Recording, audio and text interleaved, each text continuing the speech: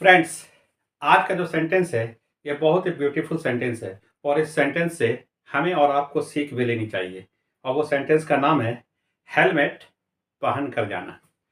Helmet पहन कर जाना, ये आपकी सुरक्षा के लिए है और आप इसे हमेशा फॉलो करेंगे हमारे वीडियो के माध्यम से।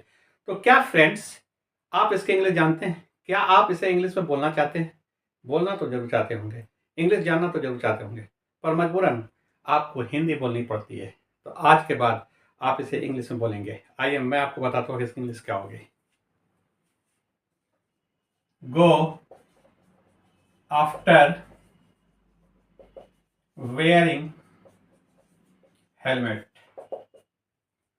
फ्रेंड्स, अगर आपको हमारा वीडियो पसंद आया तो एक लाइक तो बनता है और हाँ, हमें फॉलो करना, सब्सक्राइब करना नहीं भूलेंगे ताकि आपको आगे का भी नोटिफिकेशन मिलता रहे। Take care you, bye.